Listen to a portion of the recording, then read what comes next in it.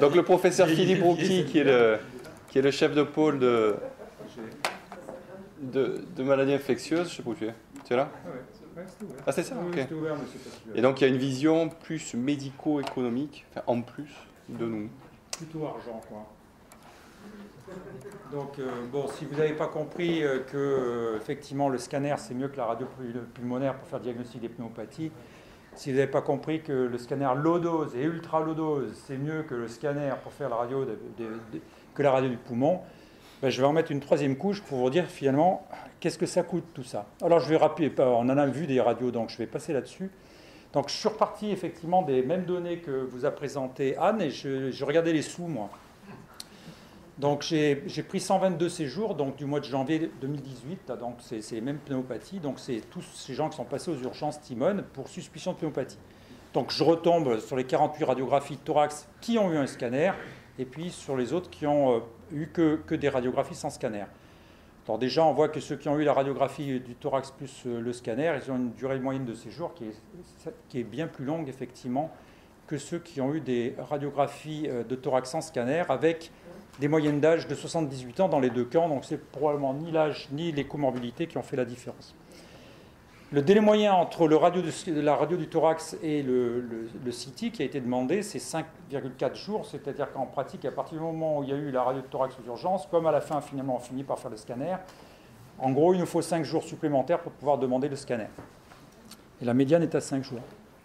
Donc quand on regarde effectivement tous ces gens qui ont eu à la fois, alors là on est sur les 48 qui ont eu à la fois le scanner et, enfin la radio de thorax aux urgences plus le scanner, on voit que certains patients ont eu un peu de mal effectivement à avoir leur scanner, et ça c'est ce que l'on voit. Alors en moyenne il y a 5 jours, mais enfin parfois il faut attendre 5, 6 jours, 7 jours, 8 jours, parfois beaucoup plus longtemps pour pouvoir avoir ces scanners.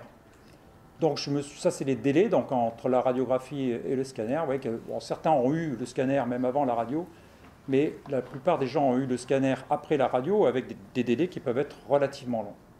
Alors moi je me suis simplement penché sur les sous.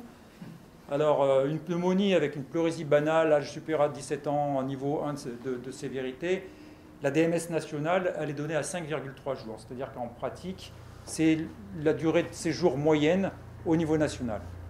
Donc il y a 40 des 48 séjours dont je vous ai parlé qui ont une durée de séjour de plus de 5,3 jours. Donc ça représente 727 journées d'hospitalisation au total. Et sur ces 40 séjours, si on les avait repris avec une DMS normale, c'est-à-dire à 5,3 jours, ça fait 212 journées. Donc ça veut dire que le temps d'attente pour avoir ce scanner, ça représente 515 journées supplémentaires. 515 journées supplémentaires, vous les mettez à la DMS nationale, ça vous fait 100 malades de plus que vous auriez pu hospitaliser finalement si vous aviez eu le scanner à la place de la radio. Et donc du coup, ça vous fait effectivement ces 100 malades en plus au prix de la pneumonie, 31 000 € supplémentaires pour le seul mois de janvier. Ce qui veut dire qu'en pratique, si on avait fait des scanners, le low dose éventuellement, à la place de la radio, eh bien, on aurait pu prendre 100 pneumopathies, 100 malades suspects de pneumopathie de plus, et on aurait gagné 31 000 €. Auquel il faut rajouter, bien entendu, la différence du coût du scanner et de la radio, puisque une radio thoracique, alors ça c'est un peu spécial, hein, parce que c'est les prix à PHM, ça. Hein. Vous regardez que la radio thoracique a un coût à la PHM, ça c'était 2014, c'est la seule année où j'ai pu avoir les chiffres. Et donc la radio à la PHM, radio de thorax, 79,08 € non interprété. Et la TDM thoracique, 55 plus forfait de 88 €. Donc à peu près la TDM thoracique, à peu près le même coût que la radiographie du thorax. Et donc il y a 48 patients qui ont bénéficié d'une radiographie thoracique et un scanner. Donc ça a coûté 8 000 € au pôle. S'il n'y a eu que le scanner, ça aurait coûté effectivement que 4 000 €.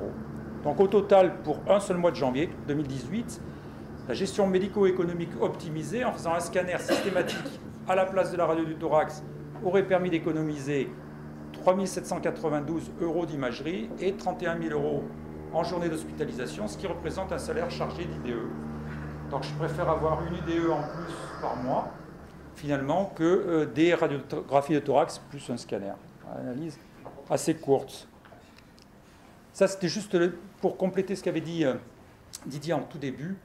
Ce qui est une autre question, c'est effectivement cette image des épidémies qu'on avait eues pendant la pandémie grippale. Donc ici à Marseille, on avait eu 5 épidémies intra-hospitalières de grippe. Et en dehors des urgences et de la pédiatrie, qui étaient les 3 gros foyers, les 2 autres foyers épidémiques, c'était effectivement la pharmacie et la radiologie.